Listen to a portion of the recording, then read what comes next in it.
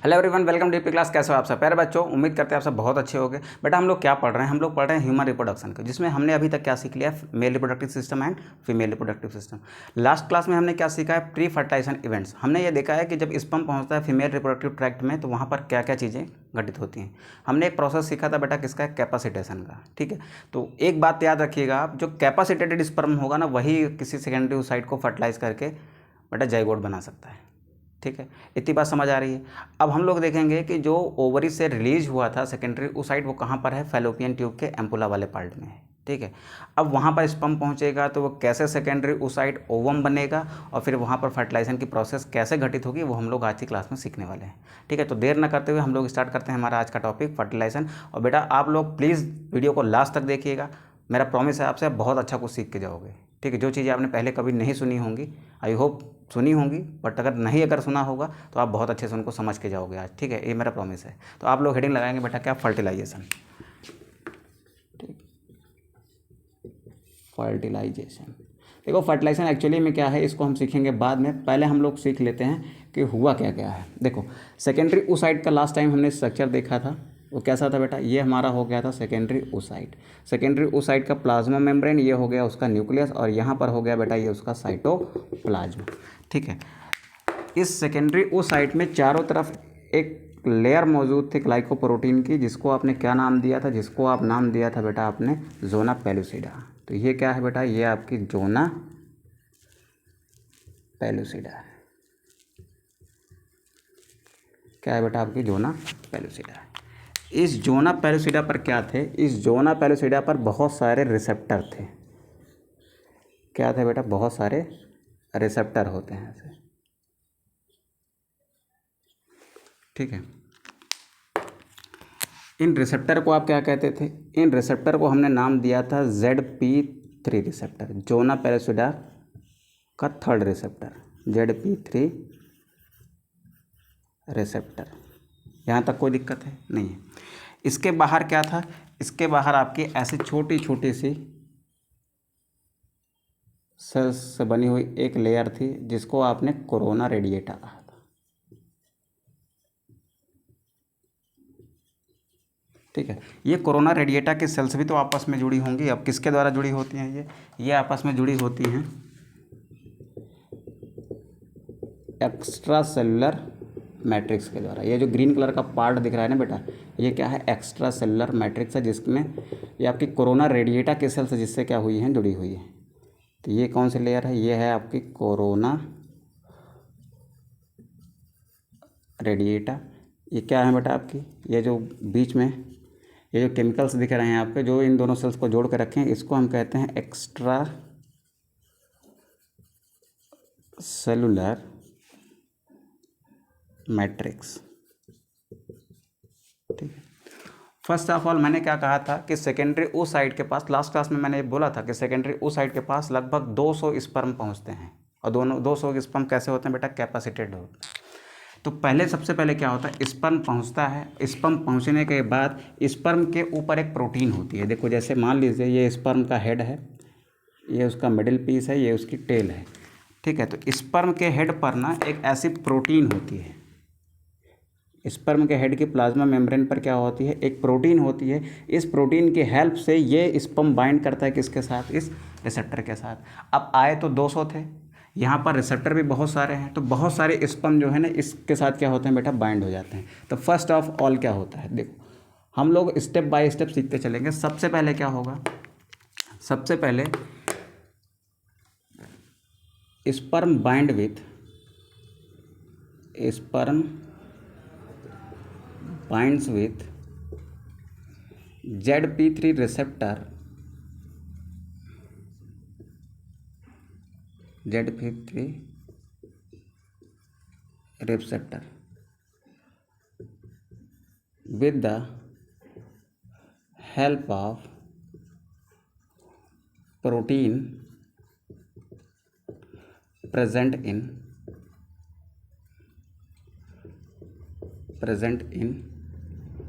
plasma membrane of its head.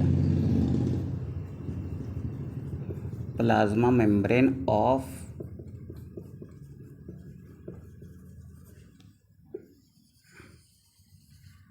It side. देखो इसका ये जो स्पर्म का हेड है, हेड में क्या है बेटा, एक स्पेशल प्रोटीन है, ठीक है। इस प्रोटीन की हेल्प से ये किससे बाइंड करता है बेटा, ये बाइंड करेगा ZP3 रिसेप्टर से, ठीक है। तो जैसे ये स्पर्म बाइंड कर रहा है, ऐसे बहुत सारे स्पर्म रिसेप्टर से क्या होते हैं बेटा, बाइंड हो जाते हैं। तो चलो हम थोड़ा सा ड्रॉ कर लेते हैं। ये क्या हो गए, ये बहुत सारे स्पर्म बाइंड कर गए हैं, किसकी हेल्प से, अपनी प्रोटीन की हेल्प से। किससे बाइंड कर गए हैं, वो अपनी प्रोटीन की हेल्प से बाइंड कर गए हैं, किससे, ZP3 रिसेप्टर से। ये ऐसे देखो,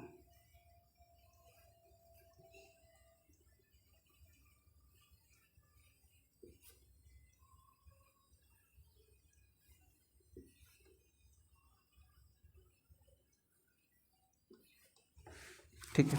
तो बहुत सारे स्पर्म क्या होते हैं, बाइंड हो जाते हैं। दूसरी बात क्या लिखेंगे, देखो बहुत सारे स्पर्म जब अपने प्लाज्मा प्रोटीन की हेल्प से इस ZP3 रिसेप्टर से बाइंड हो जाते हैं ना, तब यहाँ पर क्या होता है, जैसे ही ये ZP3 रिसेप्टर और इस स्पर्म के बीच में बॉन्डिंग होती है, वैसे बेटा एक्रोसोमल रिएक्शन स्टार्ट हो जाता है, ठीक है। तो दूसरी बात क्या लिखेंगे, as sperm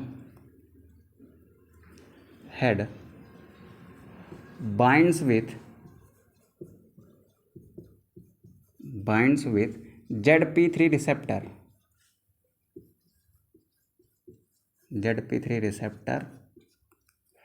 acrosomal reaction starts,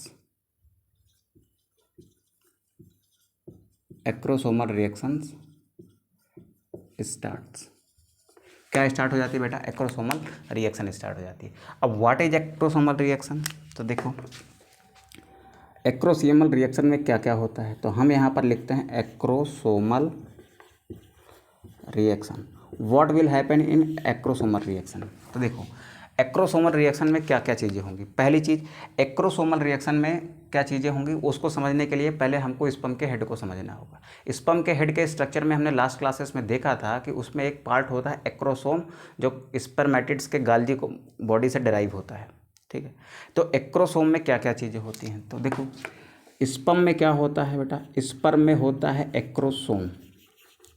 क्या होता है, स्पर्म के हेड में एक स्ट्रक्चर होता है जिसको आप क्या कहते हो, एक्रोसोम कहते हो, ठीक है। अब एक्रोसोम में क्या चीज़ें होती हैं, एक्रोसोम इज फिल्ड विथ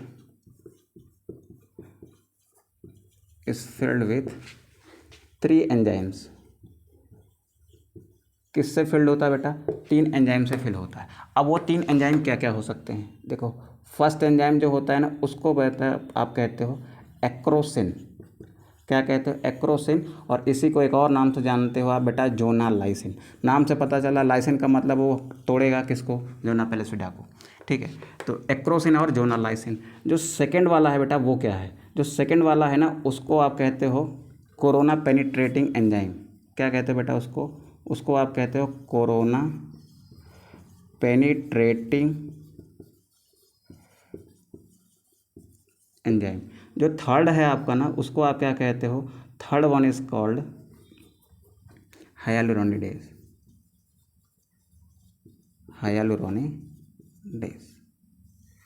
ठीक है। अब एक्रोसोमल रिएक्शन स्टार्ट हो गया, यानी ये आपका एक्रोसोम एक्टिव हो गया। अब वो करेगा क्या, इससे रिलीज करेगा बेटा ये तीनों एंजाइम। एक्रोसोमल रिएक्शन के दौरान क्या करता है, इन तीनों एंजाइम को क्या करता है, वो रिलीज करता है। अब ये तीनों एंजाइम क्या करते हैं, फर्स्ट देखो, फर्स्ट क्या करेगा, ये जो एक्रोसिन है, acrosin enzyme breaks zona pellucida. वो क्या करेगा, जोना पेलुसिडा को ब्रेक कर देगा, ठीक है। चलो दूसरा बात क्या होगा, ये जो कोरोना पेनिट्रेटिंग एंजाइम है, ठीक है, ये क्या करेंगे, कोरोना रेडिएटा को पेनिट्रेट कर देंगे, मतलब कोरोना रेडिएटा में होल कर देंगे। कोरोना पेनिट्रेटिंग एंजाइम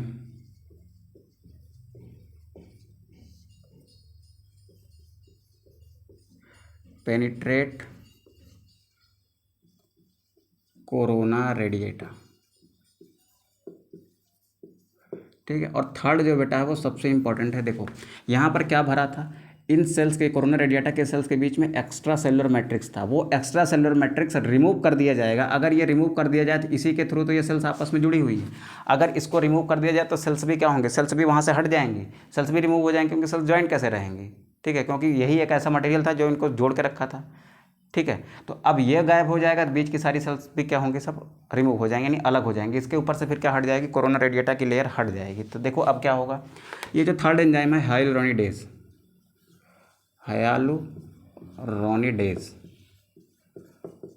हाइलुरोनिडेज क्या करता है, it dissolve the extracellular matrix, it dissolve the extracellular matrix of corona radiata, due to which corona radiata layer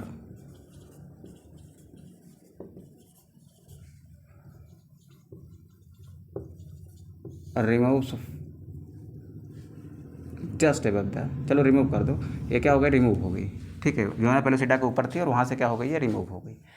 अब जो है देखो, बहुत सारे स्पर्म आके अटैच हुए, तो हर स्पर्म ने ये किया होगा, तो जोना पेलोसिटा में जगह जगह से क्या हो गया, छेद हो गया, क्योंकि इसमें बहुत सारे क्या थे बेटा, स्पर्म थे, बहुत सारे स्पर्म ने आके छेद मारा, तो इसमें जगह जगह से क्या हो गया, जगह जगह से इसमें होल हो गया। अब देखो क्या होगा, जगह जगह से देखो ये कोरोना रेडिएटा की लेयर हट गई है, जोना पेलोसिटा क्या हुई है, जगह जगह से ब्रेक हो गई है, ठीक है। अब ये जो स्पर्म है ना, ये अब स्पर्म किसके कांटेक्ट में आ जाता है, अब ये स्पर्म आ जाएगा बेटा किसके कांटेक्ट में, अब ये स्पर्म आ जाएगा अंदर जो प्लाज्मा मेम्ब्रेन है उसके कांटेक्ट में, क्योंकि देखो इसने इसको ब्रेक कर दिया है, इसने जोना पेलोसिटा को ब्रेक करके कहाँ पहुँच गया, ये आगे की तरफ पहुँच गया है, और ये पहुँच गया बेटा पेरीवाइटलाइन स्पेस में। ये जो बीच का स्पेस है ना, ये क्या है, प्लाज्मा मेम्ब्रेन और आपकी जोना पेलोसिटा के बीच का जो स्पेस है ना, उसको पेरीवाइटलाइन स्पेस कहते हैं। अब ये कहाँ पहुँच गया है, पेरीवाइटलाइन स्पेस में, और ये किसके कांटेक्ट में आ गया है, अब ये कांटेक्ट में आ गया है बेटा प्लाज्मा मेम्ब्रेन के, ठीक है।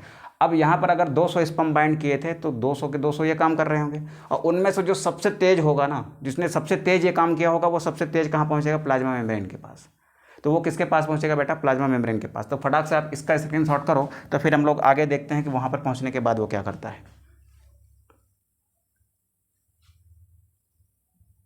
चलो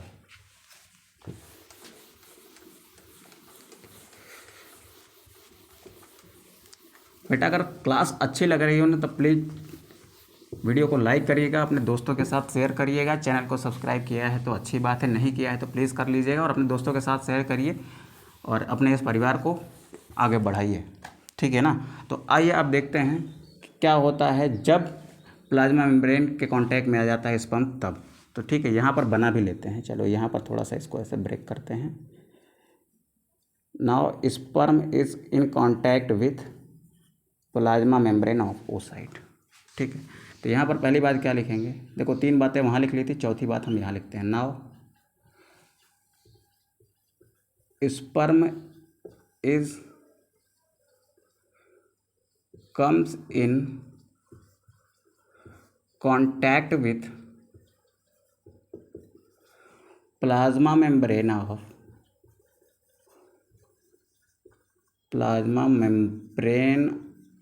of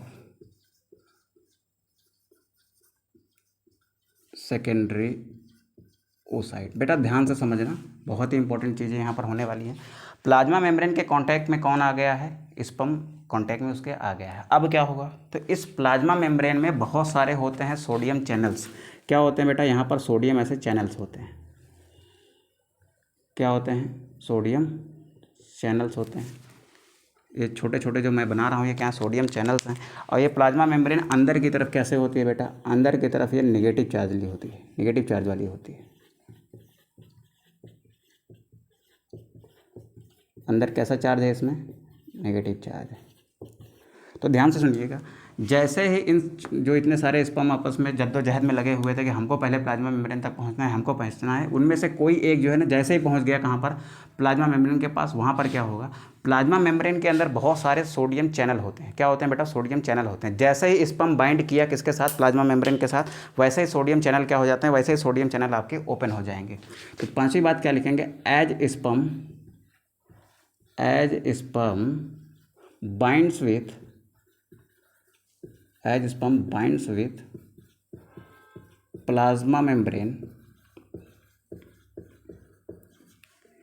the sodium channels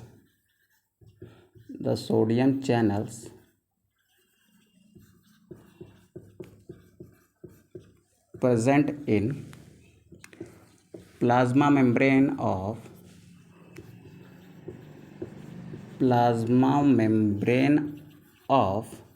secondary oocyte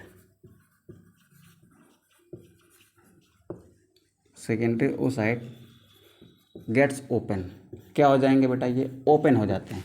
secondary oocyte के प्लाज्मा मेम्ब्रेन में वो मौजूद सोडियम चैनल ओपन हो जाते हैं। तो बाहर से बहुत सारे सोडियम आयन, बाहर से क्या होते हैं बेटा, बहुत सारे सोडियम आयन जो हैं वो कहाँ जाने लगते हैं, सेकेंडरी oocyte के अंदर जाने लगते हैं। तो सेकेंडरी oocyte के अंदर बहुत सारे सोडियम आयन यानी पॉजिटिव चार्ज आयन अंदर जाने की वजह से ये जो अंदर की प्लाज्मा मेम्ब्रेन जो निगेटिवली चार्ज थी ना, वो अब क्या से हो जाती है, पॉजिटिवली चार्ज हो जाती है। तो यहाँ पर क्या लिखेंगे, छठी बात, ड्यू टू विच, मतलब गेट ओपन होने के कारण बहुत सारे सोडियम आयन कहाँ इंटर करने लगते हैं, प्लाज्मा मेम्ब्रेन के थ्रू सेकेंडरी oocyte के अंदर जाने लगते हैं। Due to which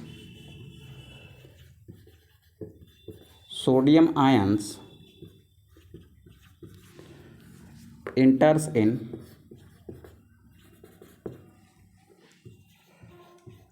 secondary oocyte। ठीक है, अब सेकेंडरी oocyte के अंदर बहुत सारे सोडियम आयन इंटर कर गए। अब सोडियम आयन के इंटर करने के कारण इनमें क्या हो गया, सोडियम आयन ज़्यादा हो गए अंदर इनके ज़्यादा होने की वजह से ये जो निगेटिवली चार्ज पॉजिटिव आपके प्लाज्मा मेम्ब्रेन थी ना, वो किस में चेंज हो गई बेटा, वो चेंज हो गई पॉजिटिवली चार्ज प्लाज्मा मेम्ब्रेन में। So now negatively charge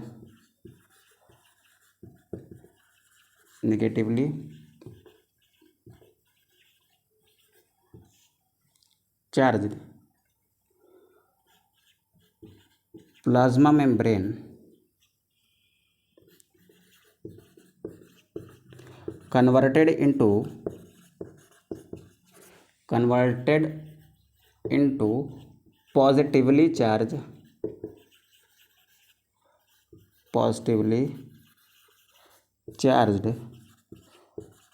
plasma membrane.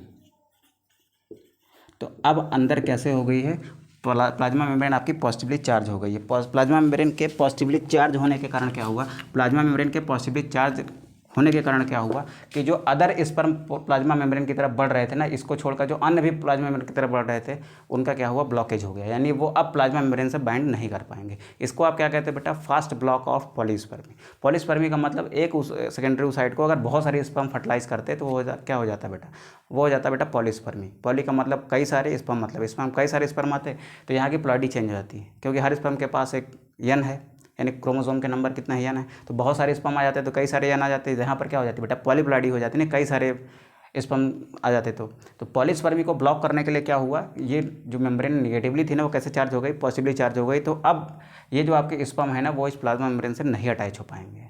ठीक है, तो इसको हम क्या कहते हैं बेटा, ये प्लाज्मा मेम्ब्रेन जब पॉजिटिवली चार्ज हो गई ना, इसको हम कहते हैं बेटा depolarization of plasma membrane, depolarization of plasma membrane. ये प्लाज्मा मेम्ब्रेन जो पॉजिटिव हुई ना, इस घटना को क्या नाम दिया, डीपोलराइजेशन। और डीपोलराइजेशन ऑफ प्लाज्मा मेम्ब्रेन क्या है बेटा, फर्स्ट ब्लॉक ऑफ पॉलीस्पर्मी, यानी बहुत सारे स्पर्म इसमें ना आ पाएँ, इस बाल को क्या कर दिया, इसने ब्लॉक कर दिया। ये डीपोलराइजेशन हुआ तो इसने क्या कर दिया, पॉलीस्पर्मी को ब्लॉक कर दिया, यानी बहुत सारे स्पर्म को अब नहीं जुड़ने देगा। तो हम क्या कहेंगे, depolarization of plasma membrane it is called, ध्यान से सुनिएगा बेटा, इसको आप कहते हो फास्ट ब्लॉक ऑफ पॉलीस्पर्मी। अभी हम लोग बाद में देखेंगे स्लो ब्लॉक भी। तो ये क्या है बेटा, ये फास्ट ब्लॉक है किसका, पॉलीस्पर्मी का। ठीक है, यहाँ की बात क्लियर है। ठीक है, तो यहाँ तक हम समझ गए हैं कि यहाँ पर हुआ क्या। अब मेरा स्पर्म जो है ना, वो किसके कांटेक्ट में है, वो किसके कांटेक्ट में है, प्लाज्मा मेम्ब्रेन के कांटेक्ट में। उसने क्या किया, उसने डीपोलराइज कर दिया किसको, प्लाज्मा मेम्ब्रेन को, और क्या कर दिया बेटा, पॉलीस्पर्मी को ब्लॉक कर दिया है। ठीक है, तो यहाँ तक की बात समझ आ गई है बेटा। यहाँ तक की बात समझ आ गई हो तो फटाक से स्क्रीनशॉट करो, तो फिर हम लोग आगे बढ़ते हैं। चलो इधर थोड़ा साइड में जगह है, लिख लेते हैं। अब 7th पॉइंट में क्या लिखेंगे, 6 पॉइंट मेरा हो गया, अब 7th पॉइंट में क्या लिखेंगे। अब जैसे ये कांटेक्ट में है किसके, जैसे ये कांटेक्ट में है बेटा इस प्लाज्मा मेम्ब्रेन के, अभी तक तो ये क्या है, अभी तक तो ये सेकेंडरी ओ साइट है ना। आप याद करिए oogenesis को, जहाँ पर मैंने कहा था कि सेकेंडरी ओ साइट जो होता है ना वो किस में अरेस्ट होता है बेटा, वो अरेस्ट होता है मेटाफेज सेकेंड में। ठीक है, सेकेंडरी ओ साइट किस में अरेस्ट होता है बेटा, मेटाफेज सेकेंड में। तो इसमें ऐसे कुछ फैक्टर्स होते हैं ना जो इस सेकेंडरी ओसाइड को मेटाफेज सेकंड में ही बनाए रहते हैं, मियोसिस सेकंड की मेटाफेज सेकंड में ही इसको वैसे वैसे ये बनाए रखते हैं। ठीक है, अब सवाल ये है कि ये मेटाफेज से बाहर निकलेगा तब तो ये एनाफेज में जाएगा, तब तो ये टीलोफेज में जाएगा, उसके बाद आपके साइटोकाइनेसिस करेगा, तब तो दो नई सेल्स बनेंगी। तो सबसे पहले क्या जरूरी है, सबसे पहले ये जरूरी है बेटा कि ये मेटाफेज से बाहर निकले। सेकेंडरी ओसाइड जो था ना मेटाफेज में अरेस्टेड था, आप याद करिए लास्ट क्लासेस को। तो सबसे पहले इसको मेटाफेज से बाहर लाना पड़ेगा एनाफेज में। ठीक है, तो जैसे ही ये कांटेक्ट में आता है as sperm in contact with किसमें, सेकेंडरी ओसाइड के प्लाज्मा मेम्ब्रेन में ना, तो ये एक पदार्थ रिलीज करता है। ये क्या रिलीज करता है बेटा, इस secrets chemical with name is fertilin. क्या करता है बेटा, ये फर्टिलिन नाम का केमिकल रिलीज करता है। ध्यान से सुनिए मेरी बात को। ये कांटेक्ट में आया किसके, प्लाज्मा मेम्ब्रेन के, बराबर है। तो जैसे ही कांटेक्ट में आता है ना बेटा, तो सेकेंडरी ओसाइट क्या, अभी तो ये ओवम बना नहीं है क्योंकि अभी तो इसमें मियोसिस सेकेंड हुई नहीं।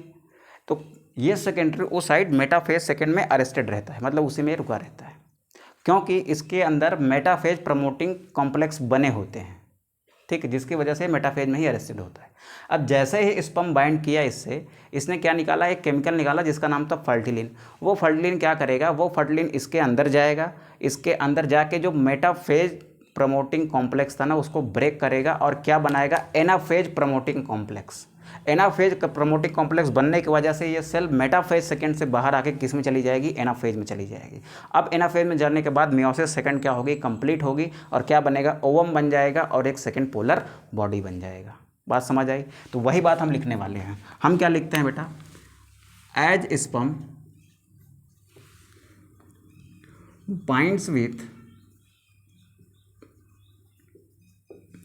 binds with plasma membrane, it secretes a chemical called fertilin. क्या निकालता है बेटा, ये केमिकल निकालता है जिसका नाम क्या था, जिसका नाम था फर्टिलिन। ठीक है, अब ये फर्टिलिन क्या करेगा, 8th पॉइंट, फर्टिलिन क्या करता है, फर्टिलिन जो है वो मेटाफेज प्रमोटिंग कॉम्प्लेक्स को क्या करता है, ब्रेक करता है, और किसको इनिशिएट करता है, किसको बनाता है, एनाफेज प्रमोटिंग कॉम्प्लेक्स को। ठीक है, तो क्या लिखोगे, this fertilin breaks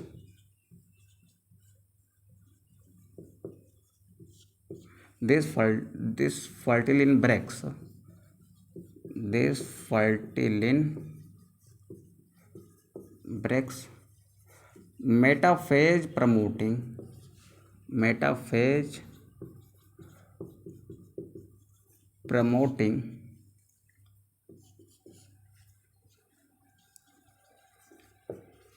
complex and formed anaphase promoting complex.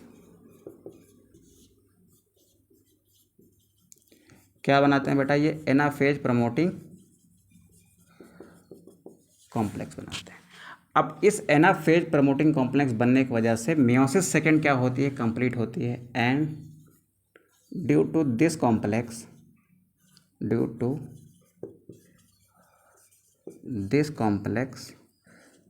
Secondary oocyte completes its meiosis second and ovum and second polar body will form, second polar body is formed। ठीक है, क्या हुआ बेटा, जैसे ही ये इसके अंदर पहुंचा वहाँ पर हुआ क्या, यहाँ पर हो गया बेटा एनाफेज प्रमोटिंग कॉम्प्लेक्स का निर्माण, जिसकी वजह से इसने क्या की, मियोसिस सेकेंड कंप्लीट कर ली। अब ये सेकेंडरी oocyte ना होके अब ये क्या बन गया, अब ये बन गया ओवम, और यहाँ पर क्या बन गया बेटा, यहाँ पर एक बन गया second polar body.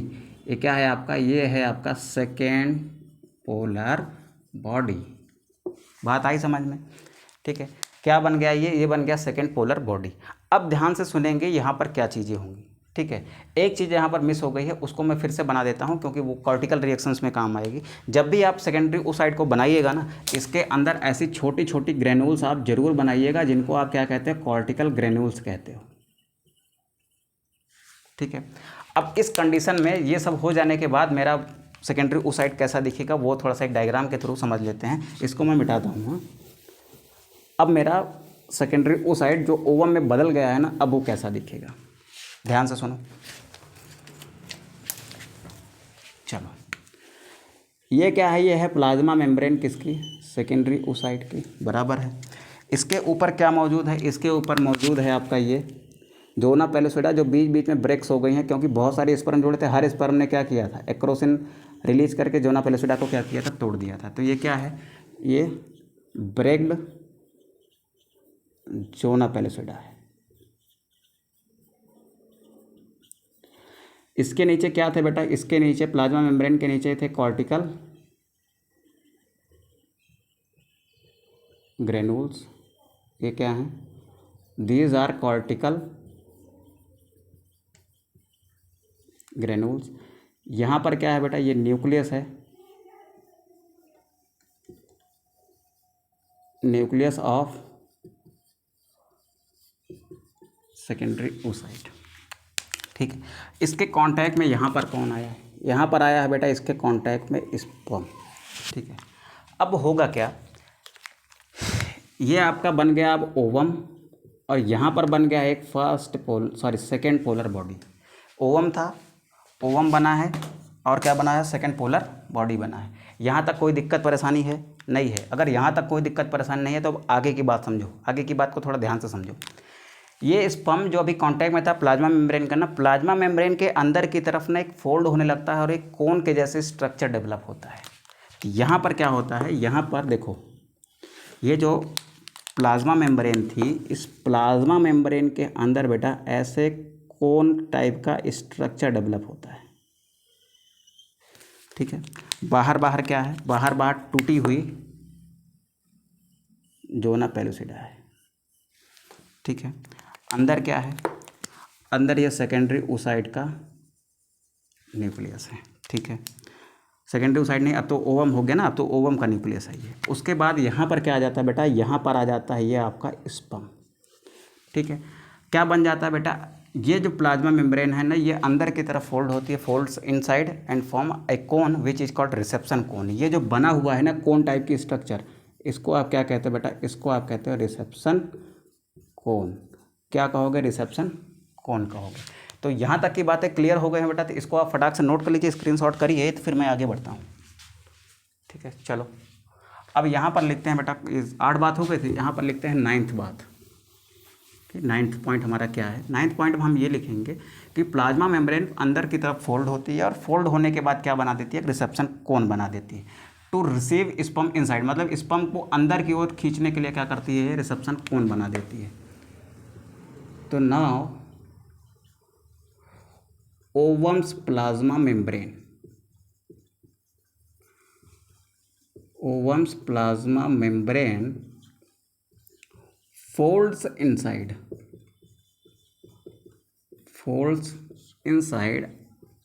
and form a reception cone। क्या बनाएगी, एक रिसेप्शन कोन बनाएगी। This reception cone receive sperm inside to the ovum। दिस reception cone brings sperm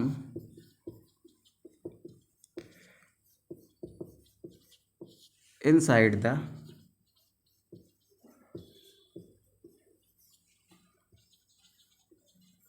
secondary oocyte. ये क्या करती है, इसको सेकेंडरी ओसाइट में अंदर की तरफ खींच लेती है।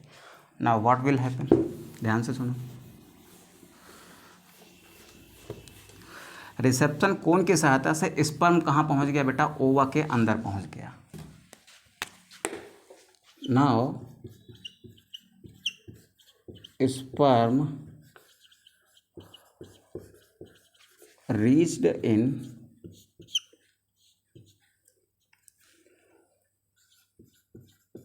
ओवम, यानी स्ट्रक्चर कैसे बन गया है, ये हो गई हमारी प्लाज्मा मेम्ब्रेन, ये हो गया मेरा क्या स्पर्म, जो कहाँ पहुँच गया है, जो पहुँच गया है अब इसके अंदर। बाहर क्या है, ये टूटी फूटी जोना पेलुसिडा है, ठीक है। अंदर क्या है, अंदर बेटा इसके ये सेकेंडरी oocyte का न्यूक्लियस है, और यहाँ पर है साइटोप्लाज्म किसका, सेकेंडरी oocyte का, ठीक है। ये वाली बात क्लियर है। अब देखो क्या होगा, अब यहाँ पर न्यूक्लियस सॉरी स्पर्म पहुँच गया है कहाँ पर, स्पर्म पहुँच गया सेकेंडरी oocyte के अंदर। याद रखिएगा स्पर्म सेकेंडरी oocyte के अंदर पहुँच जाता है, ठीक है, ये बात याद रखिएगा। अब स्पर्म की जो ऊपर की प्लाज्मा मेम्ब्रेन थी वो क्या होगी, हेड की प्लाज्मा मेम्ब्रेन खत्म हो जाएगी, और इसका न्यूक्लियस इस सेकेंडरी oocyte के न्यूक्लियस के कांटेक्ट में आएगा और क्या बना देगा बेटा, जाइगोट बना देगा। लेकिन एट द सेम टाइम क्या होता है, जब ये एंटर करता है इसके अंदर ना, उस टाइम पर क्या होता है, मैंने अभी आपको कहा यहाँ पर क्या थी बेटा, कॉर्टिकल ग्रेन्यूल्स थी। यहाँ पर क्या है, कॉर्टिकल ग्रेन्यूल्स है। इन कॉर्टिकल ग्रेन्यूल्स में क्या होगा, इन कॉर्टिकल ग्रेन्यूल्स में होगा एक्सोसाइटोसिस। यहाँ पर क्या होगी बेटा, एक्सोसाइटोसिस होगी, जिसके थ्रू ये कॉर्टिकल ग्रेन्यूल्स कहाँ आ जाएंगे बेटा, बाहर आ जाएंगे, ठीक है। यहाँ पर क्या होगी, एक्सोसाइटोसिस होगी। एक्सोसाइटोसिस क्या होती है, जब सेल किसी भी चीज़ को ना सेल्स के बाहर धकेलती है ना, तो उसको कहते हैं एक्सोसाइटोसिस। तो यहाँ पर क्या हुई बेटा, एक्सोसाइटोसिस हुई, ड्यू टू विच या कॉर्टिकल ग्रेन्यूल्स क्या आती हैं, बाहर आती है। यहाँ पर अब शुरू होगी कॉर्टिकल रिएक्शन, यहाँ पर अब क्या शुरू होगी, कॉर्टिकल रिएक्शन, ठीक है। अब कॉर्टिकल रिएक्शन में क्या होगा, देखो एक्सोसाइटोसिस होगी, ठीक है। तो कॉर्टिकल रिएक्शन में क्या होगा, अच्छा इधर रफ करता हूँ, इधर मैं लिखता हूँ कॉर्टिकल रिएक्शन में क्या होगा, थोड़ा आ जाएगा पूरा आपका कंप्लीट ये। What will happen in cortical reaction, देखो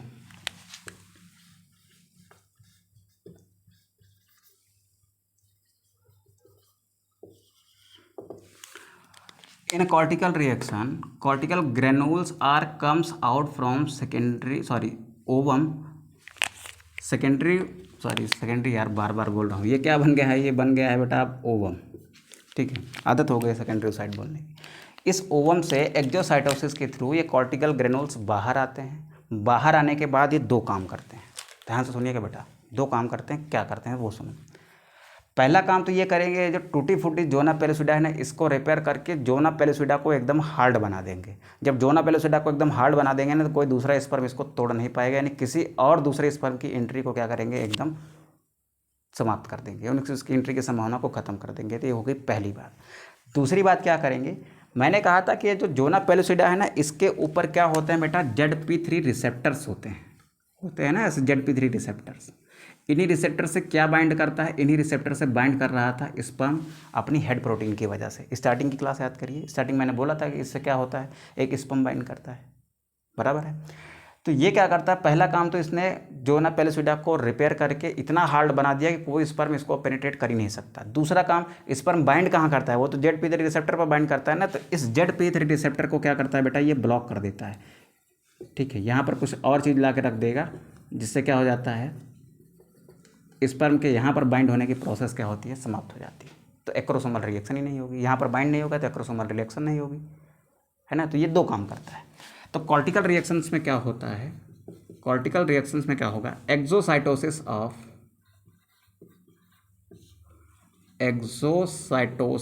of cortical granules occurs in this reaction, ठीक है। रिएक्शन को शॉर्ट फॉर्म में R रिएक्शन लिख दिया है। अब ये क्या होगा, these cortical granules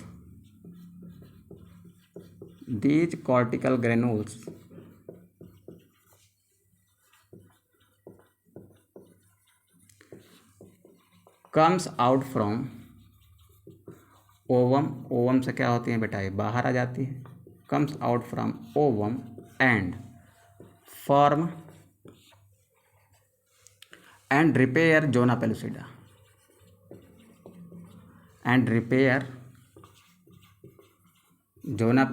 and also harden it, and also harden it, मतलब और इसको क्या बना देती है, हार्ड बना देती है। ठीक है, अगली बात क्या करेगी बेटा, ये अगली बात क्या करेगी, अगली बात ये करेगी, देखो जोना पेलोसिडा क्या करेगी, हार्ड हो जाएगी। उसके बाद क्या होगा, तो जोना पेलोसिडा पर ZP3 रिसेप्टर होते हैं ना, उनको भी क्या करती है, ब्लॉक कर देती है। It also blocks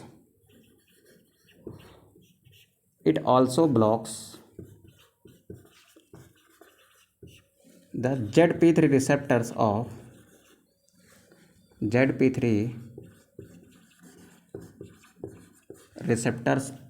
of zona pellucida. ये जोना पेलोसिडा के जो ZP3 रिसेप्टर्स होते हैं उनको भी क्या करती है, ब्लॉक कर देती है। तो जब उनको ब्लॉक कर देगी तो कोई दूसरा स्पर्म यहाँ पर आकर जुड़ पाएगा, नहीं जुड़ पाएगा।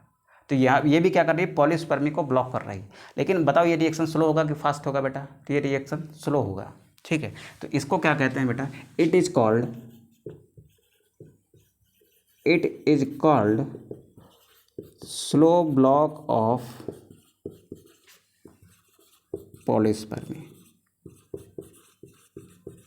कॉर्टिकल रिएक्शन क्या है बेटा, स्लो ब्लॉक है किसका, पॉलीस्पर्मी का, मतलब बहुत स्लोली ब्लॉक करता है पॉलीस्पर्मी को। जबकि आप देखो डीपोलराइजेशन ऑफ प्लाज्मा मेम्ब्रेन, जब सोडियम आयन बहुत सारे अंदर आ गए थे, वो पॉजिटिव बन गई, तो डीपोलराइजेशन हो गया था प्लाज्मा मेम्ब्रेन का, वो क्या है बेटा, वो आपका क्या है, वो फास्ट ब्लॉक ऑफ पॉलीस्पर्मी है।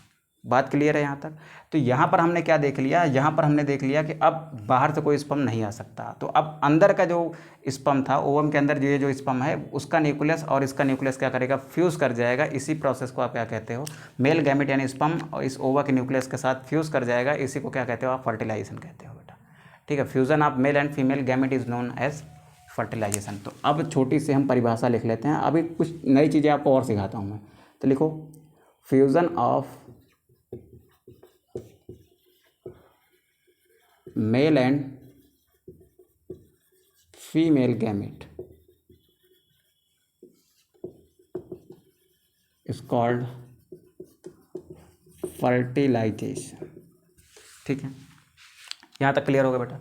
अब यहाँ तक स्क्रीनशॉट लो, तो फिर मैं आपको ये बताता हूँ कि फर्टिलाइजेशन की जो प्रोसेस होती है ना, वो मेनली कितने स्टेप में होती है, वो मेनली आपके 4 स्टेप में होती है। ठीक है, तो आप इसका क्या करो बेटा, फटाक से स्क्रीनशॉट करो। चलो,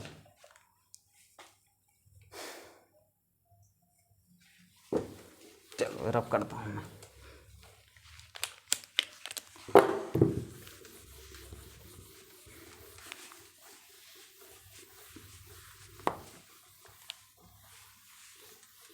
तो बेटा क्लास थोड़ा सा लंबी हो रही है, इसको जल्दी ख़त्म करने की आप कोशिश करते हैं हम लोग। ठीक है, तो हम क्या लेते हैं बेटा, हम लेते हैं प्रोसेस ऑफ फर्टिलाइजेशन। फर्टिलाइजेशन की प्रोसेस कितने स्टेप में ख़त्म होने वाली है बेटा, तो फर्टिलाइजेशन की प्रोसेस में होते हैं 4 स्टेप।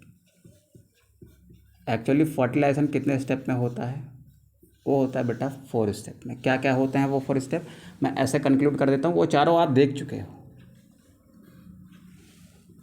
ठीक है, हमने क्या देखा था कि ये स्पर्म जब इसके अंदर पहुंच जाएगा बेटा ऐसे, तो इसका न्यूक्लियस फ्यूज़ कर जाता है। तो यहाँ पर देखो स्पर्म भी यन था, सेकेंडरी सॉरी आपके ओवम का भी न्यूक्लियस कैसे था, यन था। ये दोनों जब फ्यूज़ हो जाएंगे ना, तो एक 2n स्ट्रक्चर बनता है। इस 2n स्ट्रक्चर को आपने क्या नाम दे दिया था, जाइगोट नाम दे दिया था। ठीक है, अब देखो जाइगोट बनने की प्रोसेस कहाँ शुरू होती है, तो फर्टिलाइजेशन बेटा 4 स्टेप में होता है। पहले स्टेप को आपने नाम दिया सिनगेमी,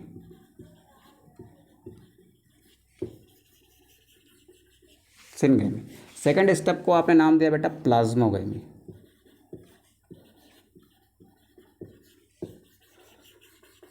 ठीक है।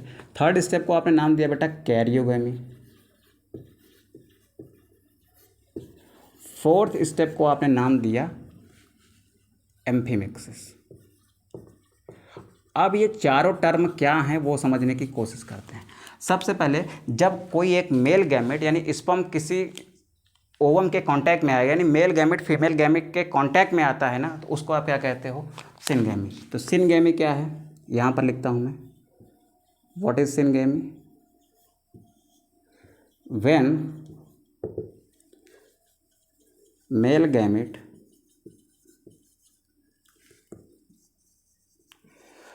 comes in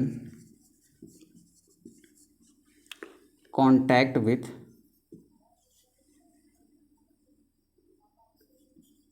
female gamete. ठीक है, जब वो प्लाज्मा मेम्ब्रेन के कांटेक्ट में आया था, देखो यहाँ पर ये मेल गैमेट है, ये मेल गैमेट है, ये फीमेल गैमेट है, दूसरे के कांटेक्ट में आया तो इसको आप क्या कहोगे? सिनगैमी। सिनगैमी क्या है? When male gamete comes in contact with female gamete the process is called syngamy. फिर अगला टर्म आता है बेटा किसका? अगला टर्म आता है प्लाज्मोगैमी का। Now what will happen in plasmogamy? देखो प्लाज्मोगैमी में क्या होगा? सिनगैमी में दोनों कांटेक्ट में आ गए हैं। अब कांटेक्ट में आने के बाद इस सेकेंडरी oocyte का या फिर ओवम का साइटोप्लाज्म यानी फीमेल गैमेट का साइटोप्लाज्म और मेल गैमेट का साइटोप्लाज्म आपस में क्या होता है? मिक्स होता है। तो mixing of cytoplasm of both gamete is known as plasmogamy, यानी इस स्पर्म का साइटोप्लाज्म और इस ओवम का साइटोप्लाज्म आपस में मिक्स होगा। देखो ये इसके अंदर चला गया, देखो ऐसे समझो, ये स्पर्म का हेड था, ये ऐसे अंदर चला गया, यहाँ पर इसका न्यूक्लियस है। अब ये इसका प्लाज्मा मेम्ब्रेन फटेगा तो इसके अंदर का जो थोड़ा बहुत साइटोप्लाज्म होगा वो किसके कांटेक्ट में आ जाएगा? इस ओवम के साइटोप्लाज्म के कांटेक्ट में आएगा ना, तो इसी को क्या कहोगे आप? Plasmogamy. When cytoplasm of male gamete comes in contact with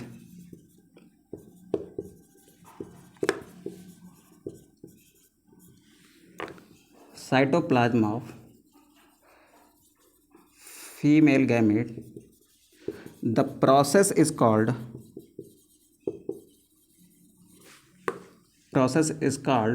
plasmogamy. इन दोनों का साइटोप्लाज्म क्या हुआ? आपस में मिक्स हो गया। प्रोसेस को आपने क्या नाम दे दिया? प्रोसेस को आपने नाम दे दिया किसका? प्लाज्मोगैमी का। And what will karyogamy? Karyon का मतलब होता है न्यूक्लियस। अब इसका साइटोप्लाज्म मिक्स हो गया बेटा, देखो साइटोप्लाज्म मिक्स हो गया, ये न्यूक्लियस है किसका? स्पर्म का, और ये न्यूक्लियस है किसका? ओवम का। अब किसका फ्यूजन होगा? अब फ्यूजन होगा न्यूक्लियस का। तो fusion of nucleus of both gamete is known as karyogamy. तो कैरियोगैमी क्या है? यहाँ पर लिखो,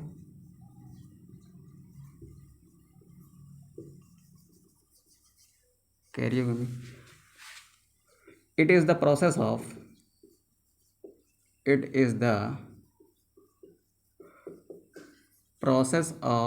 fusion of nucleus of both gametes, both male and female gametes, लिख लो, both male and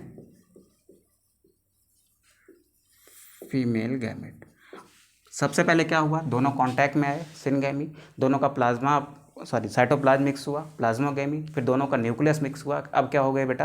अब हो गई है आपकी कैरियोगैमी। अब मेरी बात को ध्यान से सुनो, न्यूक्लियस में क्या होते हैं? ओवम का जो न्यूक्लियस होगा उसमें 23 क्रोमोजोम रहेंगे। ऐसे कितने क्रोमोजोम रहेंगे? 23 क्रोमोजोम। स्पर्म का जो न्यूक्लियस होगा उसमें भी क्या होंगे? 23 क्रोमोजोम। तो स्पर्म के क्रोमोजोम और आपके ओवम के क्रोमोजोम आपस में क्या होते हैं? मिक्स हो जाते हैं। मिक्स होने के बाद वो क्या होते हैं बेटा? होमोलॉगस क्रोमोजोम जो होते हैं, यानी जिनकी बनावट सेम होती है। जैसे देखो क्रोमोजोम पेयर में होते हैं, आपके अंदर 46 क्रोमोजोम है, जिसमें से पेयरिंग में कितने हैं बेटा? 23 पेयर होते हैं। तो मान लो ये फर्स्ट पेयर है, फर्स्ट पेयर का जो फर्स्ट क्रोमोजोम है ना, वो मान लो स्पर्म से आया है, तो सेकंड क्रोमोजोम कहाँ से आया होगा? वो आया होगा ओवम से। तो जब कैरियोगैमी हो जाती है ना, न्यूक्लियस आपस में फ्यूज़ कर जाते हैं ना, तो दोनों न्यूक्लियस के अंदर क्या होते हैं? क्रोमोजोम्स होते हैं। उन क्रोमोजोम्स में भी क्या हो जाती है? मिक्सिंग हो जाती है। और जो क्रोमोजोम्स के स्ट्रक्चर यानी जिनके जीन्स एक जैसे होते हैं ना, वो क्या करते हैं बेटा? पेयर में आ जाते हैं और क्या बना देते हैं? Homologous pair. होमोलॉगस पेयर क्या होता है? हम लोग बात करेंगे कब? जब हम लोग इनहेरिटेंस वाला चैप्टर पढ़ेंगे, मेंडेलियन जेनेटिक्स का, तब। एम्फीमिक्सिस क्या है वो समझ लो आप। What is amphimixis? It is the process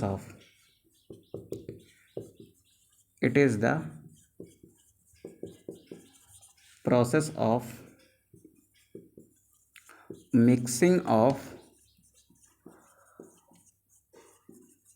chromosomes of both gamete। Sperm का कितना था? 23। ओवा का कितना था? 23। नाउ अब कितना हो गया बेटा? 46 क्रोमोजोम हो गए। तो अब जो फाइनली सेल बनी है जाइगोट की, उसमें क्रोमोजोम के नंबर कितने हैं? 46 हैं। अब जाइगोट कैसा दिख रहा है बेटा? देखो जाइगोट ऐसा दिखेगा। सबसे पहले क्या हो, ये हो गई आपकी। चलो जाइगोट का स्ट्रक्चर कहाँ बनाता हूँ मैं? यहाँ बनाता हूँ। इसको थोड़ा सा रफ करता हूँ, स्क्रीनशॉट कर बेटा फटाक से। तो यहाँ बनाते हैं जाइगोट का स्ट्रक्चर फटाक से। तो ये हो गई प्लाज्मा मेम्ब्रेन, ठीक है, जाइगोट की। बाहर क्या मौजूद है? बाहर बहुत हार्ड जोना पेलुसिडा मौजूद है, जो कॉर्टिकल रिएक्शंस के कारण क्या हो गई? बहुत हार्ड हो गई है। अंदर क्या मौजूद है? अंदर अब एक डिप्लॉयड न्यूक्लियस मौजूद है। ये क्या है, ये 2n है, क्रोमोसोम का नंबर क्या है 46 है। यहाँ पर क्या मौजूद होगा बेटा, यहाँ पर मौजूद होगा साइटोप्लाज्म, ठीक है। और ये स्ट्रक्चर क्या है, ये स्ट्रक्चर अब है आपका जाइगोट का, ठीक है। अब जो भी घटना घटेगी, अब हम पढ़ेंगे इसके बाद एम्ब्रियोनिक डेवलपमेंट। बेटा एम्ब्रियोनिक डेवलपमेंट कहाँ देखेंगे, एम्ब्रियोनिक डेवलपमेंट देखेंगे हम अगली क्लास में, ठीक है। अगर आप बेटा स्टार्टिंग से लेकर अभी तक की क्लास पूरी देखे हो ना, तो आपको बहुत बहुत थैंक यू, ठीक है। आपको चीज़ें क्लियर भी हो गई होंगी, आई होप आपको मज़ा भी आया होगा। फर्टिलाइजेशन में 4 स्टेप होते हैं, वो 4 स्टेप मैंने घटित करके यहाँ पर दिखा दिए, क्या क्या चीज़ें हुई हैं, कैसे जाइगोट बना है। अब इस जाइगोट का डेवलपमेंट होकर क्या बनेगा बेटा, एक एम्ब्रियो बनेगा, फिर एम्ब्रियो से एक क्या बनेगा, ऑर्गेनिज्म बनेगा। वो कैसे बनेगा वो बेटा हम लोग नेक्स्ट क्लासेस में सीखने वाले हैं। तो अगले 2 या 3 लेक्चर में चीज़ें खत्म हो जाएंगी। तो प्लीज़ बेटा हमने चीज़ों को बहुत ब्रॉड तरीके से कवर किया है, ठीक है, बियॉन्ड द एनसीईआरटी भी कवर किया है। तो प्लीज़ आप लोग सेशन को लाइक करिएगा, अगर नहीं किया है तो दोस्तों के साथ शेयर भी करिएगा, चैनल को सब्सक्राइब कर लीजिएगा, ठीक है। मिलते हैं नेक्स्ट क्लास में अगले टॉपिक के साथ, ठीक है। Thank you.